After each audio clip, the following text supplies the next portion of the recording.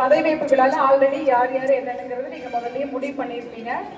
அதுக்கான ஆசிரியர் பொறுப்பு ஆசிரியர்கள் மாணவர் தலைவர்களை எல்லாம் தேர்ந்தெடுத்திருப்பீங்க. அந்த பதவியேற்பு விழா தான் இப்ப நடைபெற போகிறது. ஒவ்வொரு குழுவுக்கும் ஒவ்வொரு நிறம் ஒதுக்கப்பட்டிருக்கும். எந்த குழு அப்படிங்கிறது இப்ப வந்துட்டு இருக்குது. ஒரு 5 நிமிஷத்துக்குள்ள அது வந்துடும். அதுக்கு பதிலா ஒவ்வொரு குழுவை சேர்ந்த ஆசிரியர்கள் அதை பத்தி சில வினாடிகள் பேசுமாறு அன்புடன் கேட்டுக்கொள்கின்றேன். முதல்ல குறிஞ்சி அப்படிங்கிற குழு அமைப்பினுடைய ஆசிரியர் ஓரிரு வார்த்தைகள் மாணவர்களிடம் தெரிவிக்கும்படி அன்புடன் கேட்டுக்கொள்கிறேன். என்னுடைய அன்பான காலை வணக்கம். முதலில் குழந்தை தின வாழ்த்துக்கள். கற்றுக்கொள்ளலாம். இது உங்களுக்கு வேணா புதுசா இருக்கலாம். என்னை பொறுத்தவரை இது எனக்கு பழையது. நான் இந்த மாதிரி நிறைய பார்த்துருக்கிறேன், நிறைய செஞ்சிருக்கிறேன். நான் ஒர்க் பண்ண ஸ்கூல்லாம் என்னுடைய ஹவுஸ் தான் ஃபர்ஸ்ட் ஒவ்வொரு வருஷமும் சாம்பியன் வாங்கும். அதனால எனக்கு இது புதுசா தெரியல, எனக்கு அது பழையதுதான். எனவே உங்களுக்கு ஒரு நல்ல வாய்ப்பை அரசாங்கம் செய்து கொடுத்திருக்கிறது. அனைத்து துறைகளிலும் நாம் சிறந்து விளங்க வேண்டும் என்பதற்காக அரசாங்கம் என்ன பாயிண்ட் அதிகமா இருக்கு, இந்த குரூப் பாயிண்ட் அதிகமா இருக்கு, நம்மளுடைய குரூப் பாயிண்ட் கம்மியா இருக்கு, நம்ம குரூப்புடைய பாயிண்ட் எப்படி அதிகரிக்கலாம், இப்படி ஒரு டீசென்டான ஒரு காம்படிஷன் உருவாக்கக்கூடிய வரணும். அந்த செப்பல் போடக்கூடாது, தேவையில்லாம ட்ரெஸ் பண்ணக்கூடாது, இப்படிலாம் வரணும். ஏன்னா டிசிப்ளினுக்கு மார்க் கொடுப்பாங்க. பிடி டீச்சர்ஸ்லாம் ஒவ்வொரு மாதம் பார்த்து வாட்ச் பண்ணிட்டே இருப்பாங்க.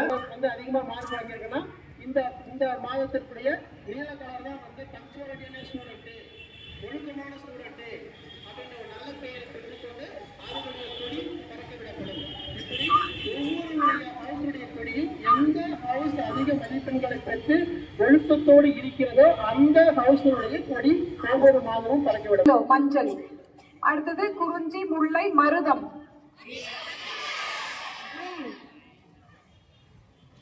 நெய்தல் போட்டு வரலாம், ப்ளூ ட்ரெஸ் போட்டு வரலாம் அப்படின்ட்டு.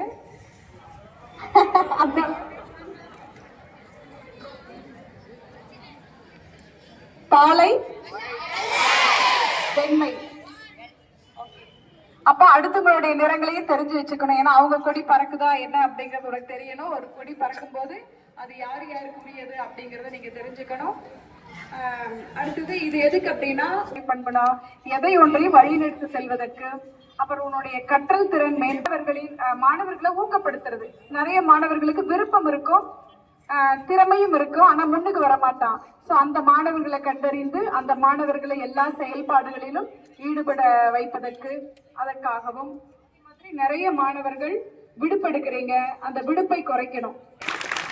ஒவ்வொரு குழு சார்ந்த ஆசிரியர் பெருமக்கள் அப்படியே உங்க மாணவர்களுக்கு ஒரு 2-3 கருத்து சொல்லி நம்ம பதவியேற்பு செஞ்சுட்டு முடிச்சிடலாம். ஆசிரியர் பெருமக்கள் அப்படியே மேலே வந்துருங்க. உங்களை யாரை வச்சு பேசிட்டு அவ்வளவுதான். முன்னாடி அனைத்து ஆசிரியர் பெருமக்களும் காசிராஜ் பச்சை, ப்ளூ, எல்லோ, அது கீழே 5 டீம் இருக்கேன். அது இப்ப குறிஞ்சி, முல்லை, மருதம் இருக்கேன். அப்ப yellow team, white team, green team அப்படி இருக்கு. அப்பயும் நான் படிக்கும் போது நான் இப்ப எல்லாத்தையும் மஞ்சள் டீம், குறிஞ்சி, மருதம் நான் சந்தோஷமா இருக்கல. என்ன பேரு ஏன் மஞ்சள் இருக்கிற கொடி வச்சுட்டு வரல, வேணா கிரீன்ல கொத்திட்டு வந்திருக்காங்களா?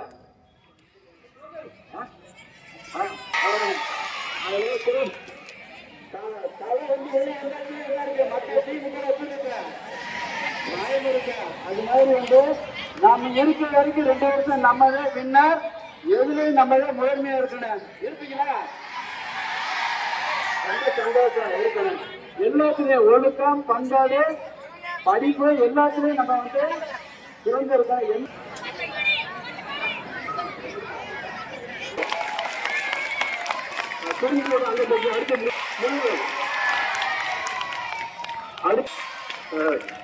மருதத்தை சார்ந்த அனைத்து ஆசிரியர் பெருமக்கள்,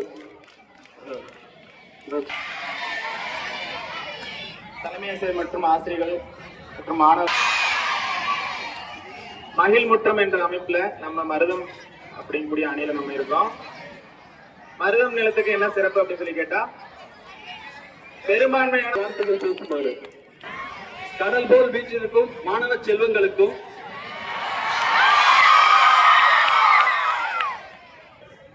அல்லது நம்ம ஹவுஸ் ஜெயிக்கணும், நம்ம எதுவுமே பண்ண தேவையில்லை.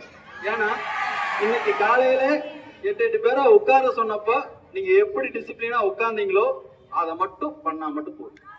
நம்ம கிட்ட என்ன இருக்குதோ அதை கரெக்டா பண்ணா போதும். ஸோ அதனால நெய்தல்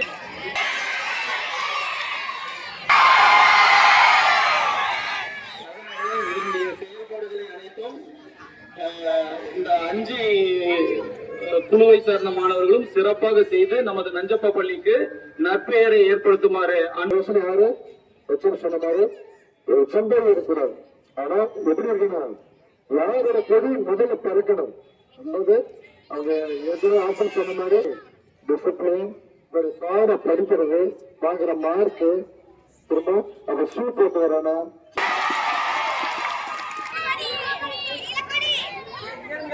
பேசக்கூடாது, மற்றவங்க என்ன சொல்றாங்களோ அதை அப்படியே திரும்ப வாசிக்கணும். டீம் பேர் அவங்க நான் அப்படின்னு சொல்லிட்டு டீம் பேர் வரும், அவங்க டீம் பேர் சொல்லிட்டு, சரியா?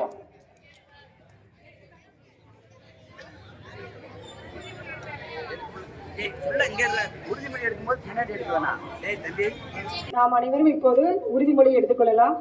அதற்கு உறுதி கொள்ளலாம். நான்